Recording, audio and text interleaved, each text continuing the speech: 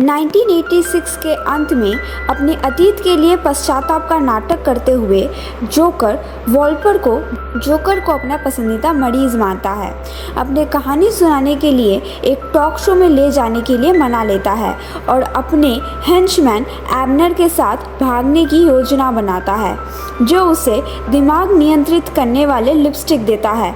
इस बीच Clark Kent AKA Superman, जो लोगों की गुप्त रूप से मदद करने की अनुमति के बदले में एक सरकारी ऑपरेटिव के रूप में काम करता है, उसको प्रेसिडेंट रोनाल्ड रीगन बैटमैन की निगरानी खत्म करने के लिए कहते हैं।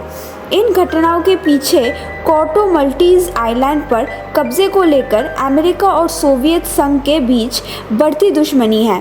बैटमैन के कंटिन्यूअस प्रेजेंस नेशनल अथॉरिटीज़ को ह्यूमिलिएट करते हैं और कमिश्नर येंडल बैटमैन को अरेस्ट करने का ऑर्डर देता है। इसके बाद क्लार्क ब्रूस को वार्न करता है ये कहके कि गवर्नमेंट उसे ज़्यादा देर तक टॉलरेट नहीं करेगा। जोकर डेविड एंडोक्राइन के शो में अपने टॉक शो उपस्थिति दर्ज करता है, जहां बैटमैन स्टूडियो के छत पर GCPD से लड़ रहा होता है। जब वो लड़ रहे होते हैं तो टेलीविज़न ब्रॉडकास्टिंग पर जोकर वॉल्पर को मार देता है, जिसने बैटमैन की साइकोलॉजी को इंसल्ट किया था। स्टूडियो में एंडोक्राइन सहित सभी लोगों को गैस से वो मार डालता है और वहाँ से भाग निकलता है। वो सेलिना काइल को ढूंढता है और उसके एक साथी और अपने लिपस्टिक का इस्तेमाल करके एक कांग्रेस रिप्रेजेंटेटिव को अपने नियंत्रण में ले लेता है, जो कॉटो मल्टीज पर न्यूक्लियर बॉम्ब का आह्वान करता है और मर जाता है।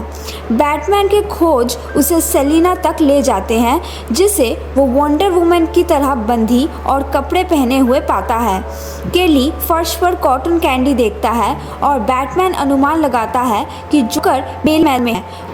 वहाँ केली एबनर से लड़ता है और गलती से उसकी मौत हो जाती है, जबकि बैटमैन जोकर का पीछा करता है, जो अंधाधुंध दर्जनों लोगों को गोलियों से भून देता है। घायल और एक आंख से अंधा जोकर को घेरते हुए बैटमैन एक्सेप्ट करता है कि वो जोकर द्वारा की गई हर हत्या के लिए खुद को जिम्मेदार मानता है और उसे मारने का इरादा रखता है। इस लड़ाई में जोकर बैटमैन पर बार बार चाकू से वार करता है और बैटमैन गवाहों के सामने जोकर की गर्दन को हल्के से तोड़ देता है, जिससे वो क्वाड्रिप्लेजिक हो जाता है।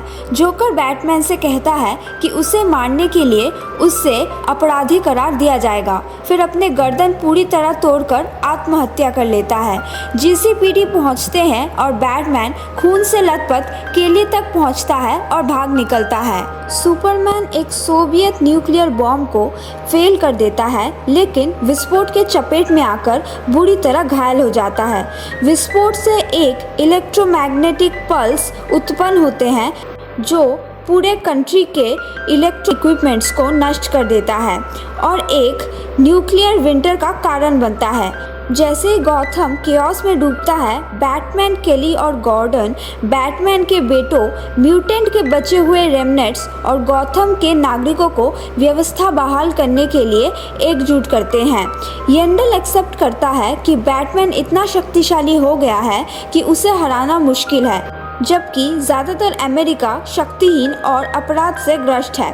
गॉथम देश का सबसे सुरक्षित शहर बन जाता है, जिससे प्रेसिडेंट एडमिनिस्ट्रेशन को शर्मिंदगी उठानी पड़ती है। स्टेबिलिटी लाने में असमर्थ निराश होकर सुपरमैन और सोल्जर्स को आखिर में बैटमैन को रोकने के लिए भेजा जाता है और बैटमैन और सुपरमैन क्राइम एली में मिलने के लिए सहमत होते हैं। सुपरमैन वर्षों तक बैटमैन की उपेक्षा करने के लिए पश्चाताप करते हुए उससे लड़ाई जारी न रखने के लिए कहता है। एक शक्तिशाली एक्सोफ्रेम पहने और केली और अब amputated former super hero Oliver Queen के समर्थन से बैटमैन सुपरमैन से लड़ता है। लड़ाई को बराबर करने के लिए वेरियस टैक्टिक्स को यूज़ करता है और इस उम्मीद में कि सुपरमैन न्यूक्लियर मिसाइल एक्सप्लोजन और सनलाइट के कमी के आफ्टर इफेक्ट्स को महसूस करेगा। जब सुपरमैन को एडवांटेज मिलता है तो क्वीन उसे सिंथेटिक क्रिप्टोनाइट से बने एक तीर से मारता है, जिससे वो गंभीर रूप से कमज़ोर हो जाता है। बैटमैन बेरहमी से सुपरमैन को पीटता है, ये दावा करते हुए कि उसने जानबूझकर क्रिप्टोनाइट को कमज़ोर किया था, और सुपरमैन से कहता है कि ये कभी ना भूले कि बैटमैन जब चाहे उसे मार सकता था।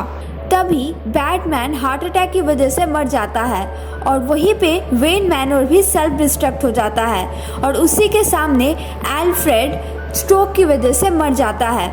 वहाँ पे सुपरमैन बैटमैन के बॉडी को पकड़ता है और गुस्से से सभी सोल्जर्स को हटने के लिए कहता है। इसके बाद दुनिया को पता चलता है कि ब्रूस ही बैटमैन था। उसके सारे राज हवेली के साथ ही नष्ट हो जाता है और उसकी संपत्ति गायब हो जाती है। वेन के फ्यूनरल से निकलते समय सुपरमैन ब्रूस के कॉफिन से एक हल्की सी धड़कन सुनकर केली को एक इशारा करता है। एक गुफा में ब्रूस केली क्वीन और उसके फॉलोअर्स के साथ मिलकर अपने मिशन को और अधिक गुप्त रूप से जारी रखने की तैयारी के लिए अपनी मौत का नाटक करता है।